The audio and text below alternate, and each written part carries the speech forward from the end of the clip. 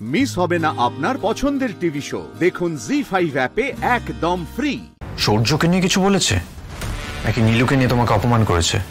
উনি যাই বলে থাকো, ওনার জায়গা থেকে উনি ঠিক বলেছেন যা বলেছেন। ভুলটা তুমি করেছো অনির্বাণ।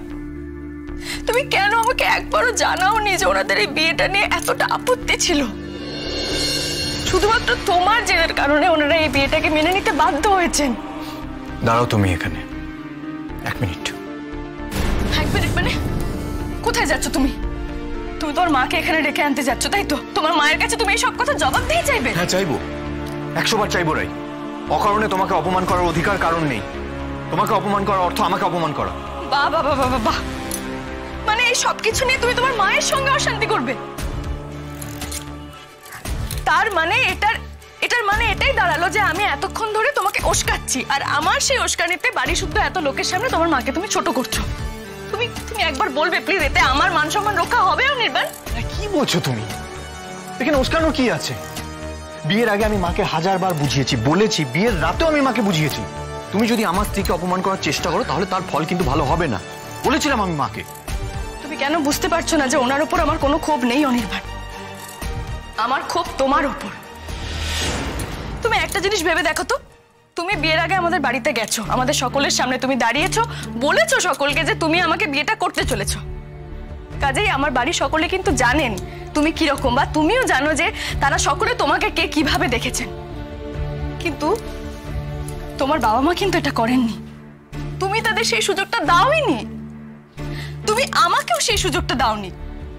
আমিও কিন্তু তাদের সামনে গিয়ে দাঁড়াইনি, তাদেরকে বলিনি যে এই বিয়েটা আমি করতে চলেছি। আমি কিন্তু জানতাম না তারা আমাকে কি ভাবেন না ভাবেন। এক্ষেত্রে তাদের দোষটা কোথায়? আমার মনে হয়েছিল যে এই কথাটা বলার কোনো প্রয়োজন নেই, তাই বলিনি। কারণ তুমি তোমার পরিবারের সাথে যতটা যুক্ত আমি তো নই। কি ক্ষতি হতো অনির্বাণ? কি ক্ষতি হতো যদি বিয়ের আগে উনি আমাকে বলতে পারতেন যে ওনার আমাকে পছন্দ নয়? হ্যাঁ, হয়তো ওনাদের অমতেই আমাদের বিয়েটা করতে হতো, কিংবা আমরা হয়তো অন্য কোনো সমাধান বের করতাম দুজনে মিলে। কিন্তু আমি একবারও জানতে পারিনি। আমি কি না কি ভেবে গেছি, অবাক হয়ে ভেবেছি।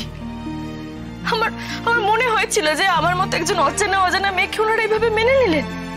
শুধুমাত্র নিজের ছেলের পছন্দকে রেসপেক্ট করে ওনারা সবকিছু মেনে নিলেন। কিন্তু আমি যতবার তোমাকে জিজ্ঞেস করেছি অনির্বাণ তোমার বাবা মার কি আপত্তি রয়েছে এই বিষয়টা নিয়ে, তুমি কিন্তু নয় কথা এড়িয়ে গেছো, নয় বলেছো না ওনাদের কোনো আপত্তি নেই। কি দরকার ছিল অনির্বাণ এরকম একটা মিথ্যে দিয়ে আমাদের সম্পর্ক শুরু করতেই হতো? কেঁদো না রাই, প্লিজ প্লিজ কেঁদো না রাই। আমি ভুল করেছি, আমি মানছি, হ্যাঁ আমি ভুল করেছি। দেখো রাই, এই বিষয়টাকে তুমি যেভাবে ভেবেছো সেভাবে ভাবার ম্যাচুরিটি আমি দেখাইনি। রাই, একটা সত্যি কথা বলবো রাই, আমি ভয় পেয়ে গেছিলাম।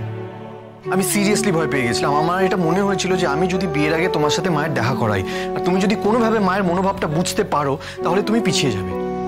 তুমি আর কোনো মতে এই বিয়েটা করতে চাইবে না, রাজি হবে না তুমি। আমি এটা ভেবেছি যে বিয়ের পরে মা তোমাকে দেখতে দেখতে একদিন ঠিক মা বুঝতে পারবে, মা রিয়েলাইজ করবে, তোমাকে মানুষ হিসেবে মা চিনবে। মায়ের মনের মধ্যে যত ডাউটস আছে একদিন সব ক্লিয়ার হয়ে যাবে। তাই আমি নিজের থেকেও বেশি তোমার উপর ভরসা করেছি। তুমি ভুল করেছো, ভুল করেছো তুমি অনির্বাণ। আমি আবার এতগুলো সম্পর্ক নষ্টের জন্য দায়ী হয়ে গেলাম, যেখানে আমার কোনো দোষ ছিল না। আমি তাও আবার দায়ী হয়ে গেলাম। তুমি সেটা একবারও বুঝলে না অনির্বাণ, একবারও বুঝলে না।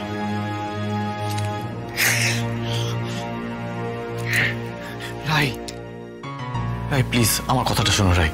আমি বলছি তুমি কোনো দোষ করোনি, তোমার কোনো দোষ হয়নি রাই। হ্যাঁ একটা ভুল হয়েছে, সেই ভুলটা আমি করেছি, আর তার জন্য আমি তোমার কাছে ক্ষমা চাইছি রাই। অজান্তে আমি তোমার সাথে অন্যায় করেছি রাই।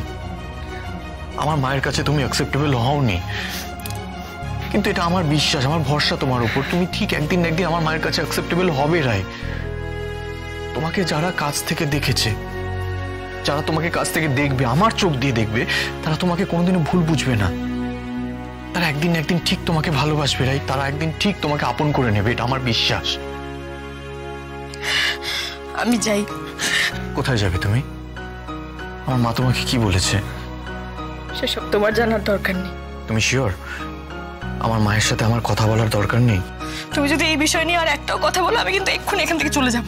বললেই হলো? আমি তোমাকে এখান থেকে চলে যেতে দেব? খুব রেগে গেছো না আমার উপর? খারাপ লেগেছে আমার, নিজেকে খুব অবাঞ্ছিত বলে মনে হচ্ছে।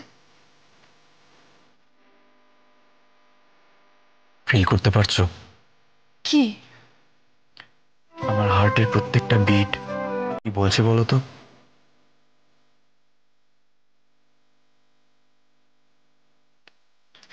আমি নিচে যাই, কেউ এসে গেলে?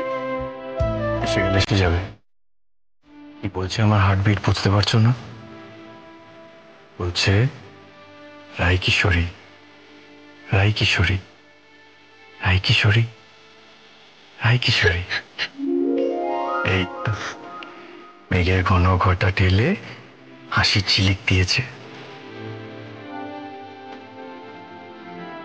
চমৎকার চমৎকার চমৎকার চমৎকার।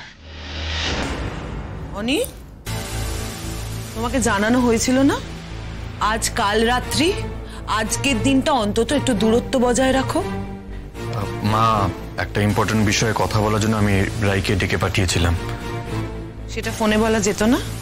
বলা গেলে নিশ্চয়ই বলতাম। আর তোমারও বুঝি এই কথাটা না শুনলে খাবার হজম হচ্ছিল না, তাই না? মা, তুমি ওকে কেন এই কথাগুলো শোনাচ্ছ? ওর তো কোনো দোষ নেই এখানে, আমি তো ওকে ডেকেছি। তুমি তুমি রাই, আমি জানি তুমি এখন কি বলবে। তুমি নিশ্চয়ই এটা বলবে যে তুমি এখানে নিজের ইচ্ছে এসেছো। তোমার এই আশাটা তোমার নিজের ইচ্ছে, এখানে তোমাকে কেউ জোর করে তুলে নিয়ে আসেনি। আর মা, এই বিষয়টা নিয়ে এত কথা হচ্ছে কেন আমি তো সেটাই বুঝতে পারছি না। তুমি তো নিজেই তখন বললে যে আমাদের বাড়িতে এত নিয়ম কানুন মানা হয় না। হয়নি তো, অনেক নিয়ম কানুন মানিনি আমরা, তাহলে এটা মানবো কেন? তাছাড়া তুমি আমাদের কাল রাত্রি নিয়ে এতটা চিন্তিত হয়ে পড়েছো কেন মা? স্ট্রেঞ্জ। তোমাদের কাছে আমার আশাই ভুল হয়েছে। যা পারো তাই করো। আমার কিচ্ছু করার ছিল না রাই, আমার কোনো এক্সকিউজ কাজ করলো না। I am sorry, I am very sorry. একেবারে ক্যাচ কটকট। হ্যাঁ বুঝলি শর্মি, তো বৌদি আবার কায়দা করে বলতে যাচ্ছিল যে ওই আমাকে ডেকেছে। এটা বললে আজকে কি হতো জানিস তো? কুরুক্ষেত্র। সে হলে হতো, কিন্তু এটাই তো সত্যি কথা। তুমি কেন আমাকে সত্যি কথাটা বলতে দিলে না বলো তো? হে দেবী রায়পুর্ণা, কখনো কখনো প্রয়োজনে সত্যিটাকে চেপে রাখতে হয়। স্বয়ং যুধিষ্ঠিরও করেছিলেন।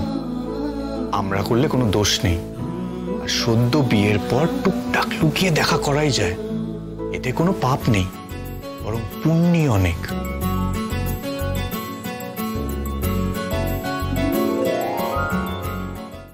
জি5 ডাউনলোড করুন আর সব এপিসোড দেখুন একদম ফ্রি।